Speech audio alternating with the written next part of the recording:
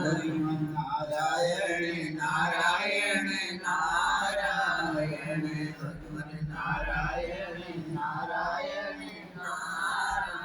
प्रेम से बोलो नारायण भगवान की जय। सफला एकादशी की जय। आज पौष कृष्णा सफला एकादशी। पांडव कुलभूषण युधिष्ठिर ने श्री कृष्ण भगवान को धन्यवाद दिया और प्रश्न किया कि हे जनार्दन, पौष कृष्ण पक्ष की एकादशी का क्या नाम है और उस एकादशी के देवता कौन है? भगवान कहने लगे, हे धर्मराज, मैं तुम्हारे स्नेह के कारण तुमसे मैं यह कथा भी कहता हूँ। हे युधिष्ठिर, इस एकादशी के व्रत से भगवान विष्णु को जल्दी ही प्रसन्न किया जा सकता है। इतनी प्रसन्नता तो बड़ी बड़ी दक्षिणा से पुष्ट यज्ञों के द्वारा भी संभव नहीं है। अतः इस व्रत को अत्यंत भक्ति और श्रद्धा से युक्त होकर के करें। सफला का नाम है सभी कार्यों में सफल दिलाना, सभी कार्यों में सफल। इस एकादशी को करने से सभी कार्यों में सफलता प्राप्त होती है। पौष महीना के कृष्ण पक्ष की एकादशी को सफला एकादशी कहते हैं। और सफल कौन दिलाता है? विष्णु भगवान। विष्णु भगवान ही हैं कि हर एक कार्यों में अपने भक्तों की सहायता करते हैं। तो विष्णु भगवान का यह व्रत किया जाता है। इस एकादशी के आराध्य श्रीमन नारायण हैं। इस एकादशी के दिन श्रीमन नारायण का विधि पूर्वक पूजन करना चाहिए। जिस प्रकार नागों में शेषनाग, पक्षियों में गरुड़, ग्रहों में सूर्य चंद्रमा, यज्ञों में अश्वमेध यज्ञ, देवताओं में भगवान विष्णु, वर्णों में ब्राह्मण श्रेष्ठ है, उसी तरह सब व्रतों में एकादशी व्रत श्रेष्ठ है। जो व्यक्ति इस एकादशी का व्रत करते हैं वे विष्णु को परम प्रिय हैं। हे कुंती पुत्र, अब मैं इस व्रत की विधि कहता हूँ। विष्णु पूजा के हेतु ऋतु के अनुकूल फल, नारियल, नींबू, नैवेद्य आदि चीजों से श्रीमन नारायण की पूजा करें। ऋतु के अनुसार जिस ऋतु में यह व्रत है उस ऋतु में जो भी फल मिल जाए, तो फल, नारियल, नींबू, नैवेद्य, मिठाई को कहा गया, यह सब लेकर के भगवान की पूजा करना चाहिए। रात्रि को कीर्तन शास्त्र पाठ करते हुए जागरण करें। इस एकादशी के व्रत के समान यज्ञ, तीर्थ, दान, तप अथवा और कोई दूसरा व्रत भी नहीं है। 5000 वर्ष तप करने से जो फल मिलता है उससे भी अधिक पुण्य सफला एकादशी का व्रत करने से मिलता है। सतयुग में हजारों हजार वर्ष तपस्या आदमी करता था, तब जाके भगवान की प्रसन्नता प्राप्त होती थी। लेकिन इस कली युग में भक्ति भाव से और शास्त्र के अनुसार व्रत करने से ही उतना फल प्राप्त होता है, उसे भी अधिक फल प्राप्त होता है। हे राजन, अब मैं इस एकादशी की कथा विस्तार से कहता हूँ, इसे श्रद्धा सहित सुनिए।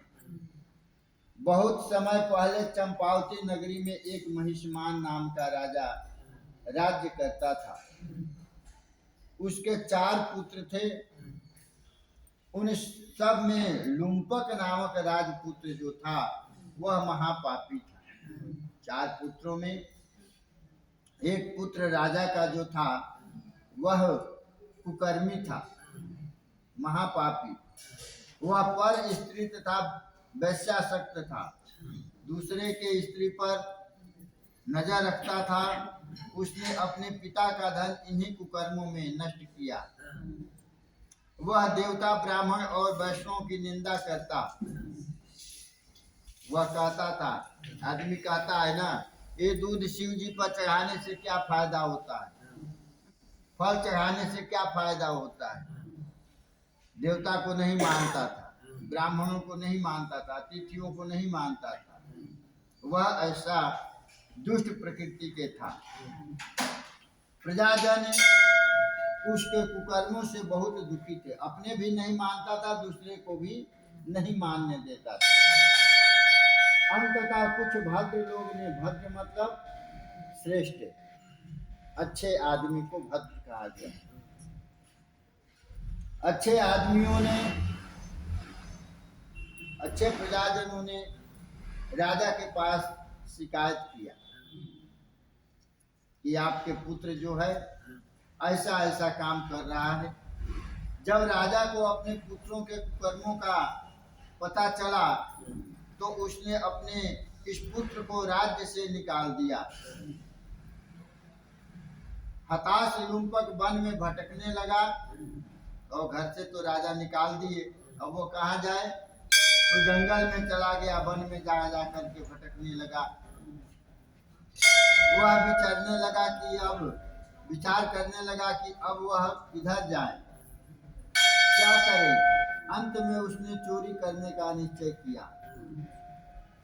वह दिन में तो वन में रहता था और रात्रि को अपने पिता की नगरी में, अपने राज्य में चोरी करता था।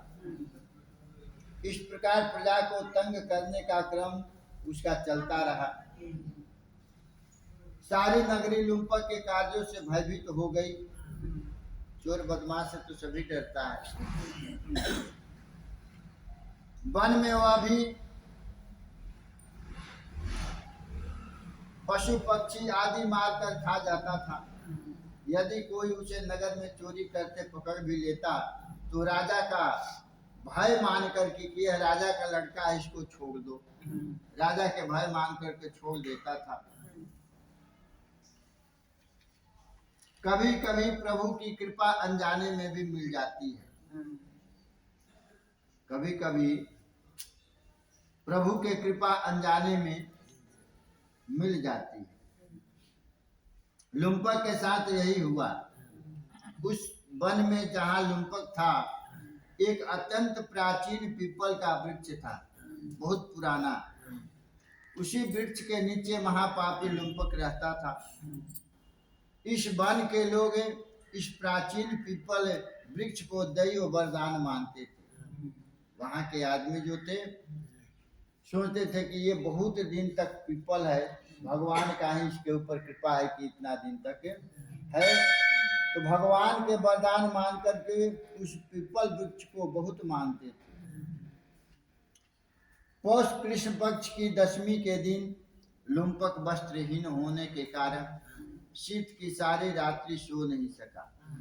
ठंड के मारे सारी रात्रि सो नहीं सका। उसके हाथ पैर अकड़ गए।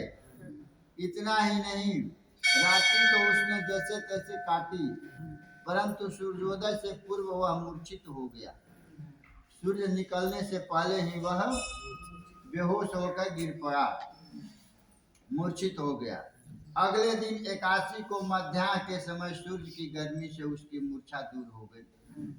अगले दिन जब सूर्य भगवान निकले और दोपहरी के समय हुआ तो भगवान सूर्य के गर्मी से उसका ठंड दूर हुआ तो मूर्छा भी छूट गया। वह होश में आकर गिरता पड़ता हुआ भोजन की खोज में गया, परंतु शक्तिहीनता के कारण कुछ तो 2 दिन से पहले खाया नहीं, शक्ति नहीं था कि कुछ कोई जीव को मार करके खाए। उसका तो आदत बन गया था पशु पक्षी को मारना। तो वह मूर्छा दूर हुई, होश में आकर गिरता पड़ता हुआ भोजन की खोज में गया, परंतु शक्तिहीनता के कारण जीवों को मारने में असमर्थ था। तब वह वृक्षों से गिरे हुए फलों को बीन बीन कर पुनः पीपल के वृक्ष के नीचे आया। जंगल में जो पेड़ था फलदायक, उसके नीचे कुछ फले गिर गया था, तो जा करके उठा करके लाया इतने में सूर्य अस्त हो गया। सूर्य भगवान छिप गए, सूर्यास्त हो गया। अतः उसने उन फलों को पीपल के वृक्ष के नीचे लाकर रख दिया। शरीर का कष्ट और निराशा ने उसे ईश्वर का ध्यान दिलाया। भगवान दुख में ही याद आते हैं, सुख में याद नहीं आते। जो सुख में याद करता रहता है उसको दुख नहीं आता। इसलिए दशांश कहा गया है कि अगर 10 रुपये कमाते हैं तो उसमें 1 रुपये लेकर के भगवान के चरणों में अर्पित करना चाहिए। 100 रुपया कमाते हैं तो 10 रुपया अर्पण करें, इसलिए कि वह धन जो होता है भगवान के चरणों में चढ़ाने से शुद्ध हो जाता है। इसलिए दान कहा गया है। दान देने से जो घर में संपत्ति है वह शुद्ध रहता है और उसका पुण्य जो है वह आगे प्राप्त होता है। ये सोचता है आदमी कितने होते हैं कि मैं तो इस समय बहुत दान कर रहा हूँ फिर भी हमें दुख मिल रहा है। अरे तू इस समय दान कर रहे हो, 2 दिन पूजा किया, सोचा है कि भगवान ने समय मेरे को ही दे दे। ये पहले का कर्म किया हुआ आज मिलता है और आज का कर्म किया हुआ इस जन्म में भी मिलेगा और शेष बचेगा तो अगले जन्म में भी प्राप्त होगा। लेकिन कर्म कभी लुप्त नहीं होता है, कर्म भोगना पड़ता है, चाहे शुभ कर्म हो चाहे अशुभ कर्म हो। वही कह रहे हैं भगवान के आगे पीपल के नीचे वह सारा फल जो था वह चढ़ा दिया, रख दिया और दुखित मन से बोला कि भगवान यह सब फल आपके ही अर्पण कर रहा हूं, आप ही इनसे तृप्त हो। रात्रि को व्रत तथा जागरण, रात्रि को भूख और पीड़ा से मारे उसे नींद भी नहीं आई। भगवान विष्णु बड़े दयालु हैं। लुम्पक का यह व्रत तथा जागरण भगवान की दया प्राप्त करने में सहायक हुआ। वह जानबूझ करके तो नहीं किया, 10वीं से ही वह खाना छोड़ दिया, मिला ही नहीं, बीमार पड़ गया। और एकादशी दूसरे दिन था, इसी तरह वह लड़कता हुआ गया और भगवान के लिए अपने लिए वह फल बीन कर लाया, लेकिन भगवान को अर्पण कर दिया। जैसे सुदामा जी ने 1 चावल बटुए के भगवान को अर्पण कर दिए थे तो उनको कितना संपत्ति की प्राप्ति हुई। लेकिन कोई भी काम करो तो श्रद्धा से करो। कोई भी काम, चाहे आप 1 दाना भी भगवान को अर्पण करते हैं तो उसमें आपका भाव होना चाहिए, श्रद्धा होना चाहिए, तभी वह भगवान पूर्ण रूप से स्वीकार करते हैं।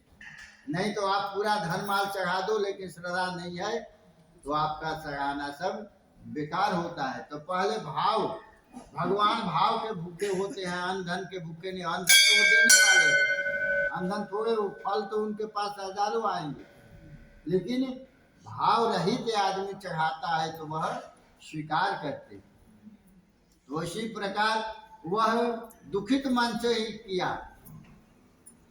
कि भगवान मैं ये फल आपको ही अर्पण करता हूँ, आप खाइए। और सारे रात्रि जो था वह जा करके बिता दिया। व्रत तथा जागरण भगवान की दया प्राप्त करने में सहायक हुई। प्रभु उसे अत्यंत प्रसन्न हुए और उसके पाप नष्ट हो गए। अब इतना पापी रहते हुए कितने जीव के हत्या किया, कितने चोरी किया, कितना वैश्यागामी हुआ, इतना पाप करने के बाद में 1 रात्रि में सारा पाप उसका धुल गया। दूसरे दिन प्रातः एक अति सुंदर घोड़ा एवं अनेक सुंदर वस्तुओं से सजा हुआ टोकरा उसके सामने था। वह देखा कि हमारे सुंदर टोकरा में भरा हुआ वस्त्र और खाने पीने का चीज उसमें रखा हुआ है और आगे घोड़ा भी सजे सजाया रखा हुआ है। इसी समय आकाशवाणी हुई, आकाश से आवाज आया कि हे राजपुत्र, श्री नारायण की कृपा से तेरे सब पाप नष्ट हो गए हैं, अब तुम अपने पिता के पास जाओ। आकाशवाणी सुनकर वह बड़ा प्रसन्न हुआ। दिव्य वस्त्र धारण करके भगवान आपकी जय हो ऐसा कहता हुआ लुम्पक अपने पिता के पास गया। उसके पिता ने बड़ी प्रसन्नता से उसे अपने हृदय से लगाया। कालांतर में समस्त राज्य भार सौंप कर राजा स्वयं तप के लिए वन में चले गए।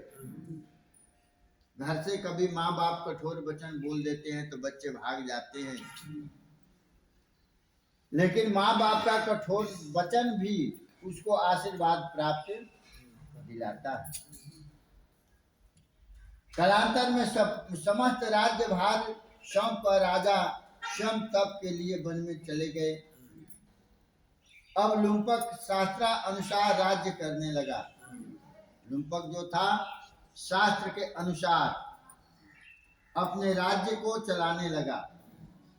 उसको मनोज नामक पुत्र की प्राप्ति हुई। लुम्पक के एक पुत्र हुआ जिसका नाम मनोज रखा गया। उसकी स्त्री पुत्र आदि सारा कुटुंब भी नारायण का परम भक्त हो गए। वृद्ध होने पर वह भी अपने पुत्र को राज्य सौंप तथा राज्य सौंप तपस्या करने के लिए वन में चला गया। अंत समय में वह वैकुंठ को प्राप्त हुआ। हे युधिष्ठिर, जो श्रद्धालु भक्ति पूर्वक सफला एकादशी व्रत करते हैं उनके पाप नष्ट हो जाते हैं और अंततः मुक्ति मिलती है। जो व्यक्ति सफला एकादशी का व्रत का महात्म नहीं समझते हैं वे पूंछ और सींगों से रहित पशु हैं। इस सफला एकादशी के महात्म के पढ़ने अथवा श्रवण करने से सुनने से मनुष्यों को राजसूय यज्ञ का फल प्राप्त होता है। भगवान बड़े दयालु हैं। यदि प्राणी अपने अपराधों का प्रायश्चित करें और ईश्वर से कृपा मांगे तो उसके बड़े से बड़े अपराध क्षमा हो जाता है। बोलो वृंदावन बिहारी लाल की जय। व्यास माता की जय।